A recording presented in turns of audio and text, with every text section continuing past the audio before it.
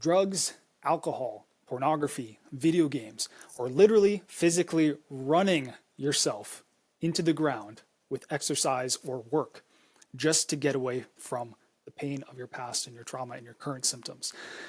This is what most people do to deal with their symptoms, to deal with their pain, is that they have some sort of numbing agent, whether you want to call it positive or not. It could be medication. It could be literally physically exercising or running to get the endorphins so that you are no longer feeling the immediate pain of your symptoms. But all of these have the same problem. You are running away from the problem.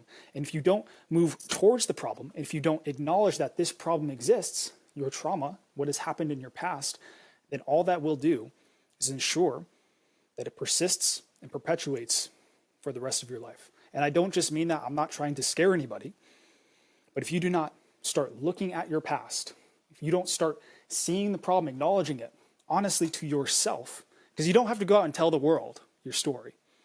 You don't have to go out and tell other people what you went through or how it's affecting you or anything like that. But you do need to tell yourself. And one of the first principles of healing trauma and recovering from trauma is voluntarily facing your trauma, voluntarily facing that fear. And one quote that absolutely changed my life and changed my recovery was this: voluntarily facing that which scares you is curative. And that is one of the foundational principles. If you can just get this, foundational principles for healing, that you must voluntarily, you must make the choice, the autonomous, independent choice to face what scares you, your fears in your past. And when you do that voluntarily and willingly, it is curative. That fear will dissolve. It will disappear. And this is true in every single modality that is out there that actually works and helps people heal, does this and has this one component.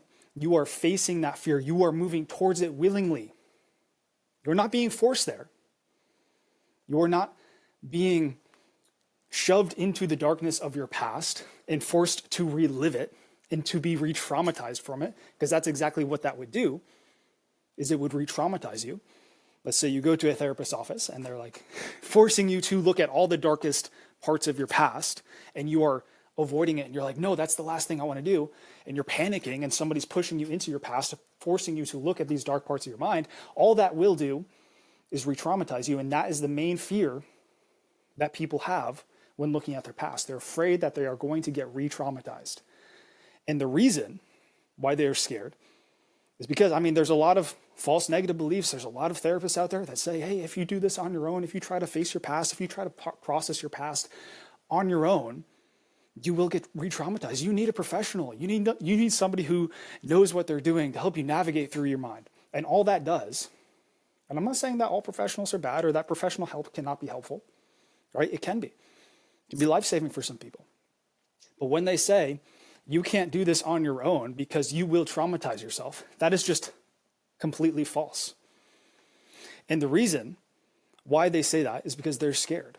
They're scared that you will re-traumatize yourself. And what they should be doing is educating you on how to actually face your past so that you don't re-traumatize yourself. So that you have the tools, the resources, and the knowledge that will give you the confidence to look at your past so that you can process it, understand it, reinterpret it, release the emotions associated to that trauma so that you can heal it independently outside of any therapist office. But that is not what is being done.